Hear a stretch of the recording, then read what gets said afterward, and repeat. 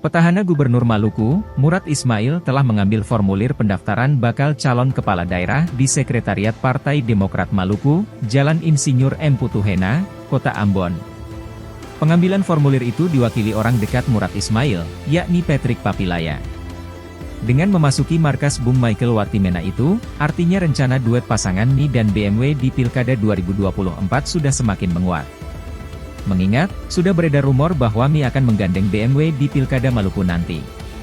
Ia mengaku, pada prinsipnya Murad Ismail memberikan apresiasi serta atensi terkait dengan proses penjaringan bakal calon oleh DPD Partai Demokrat Provinsi Maluku saat ini.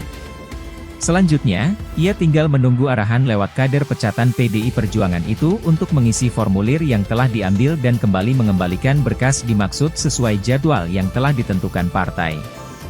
Diberitakan, pasangan Pilkada 2024 yakni Murad Ismail dan Michael Watimena sebagai calon Gubernur Maluku dan Wakil Gubernur Maluku akan segera dideklarasikan.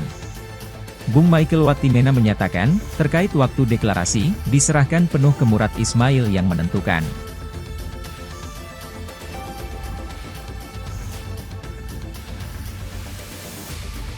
Download Tribun X sekarang, menghadirkan lokal menjadi Indonesia.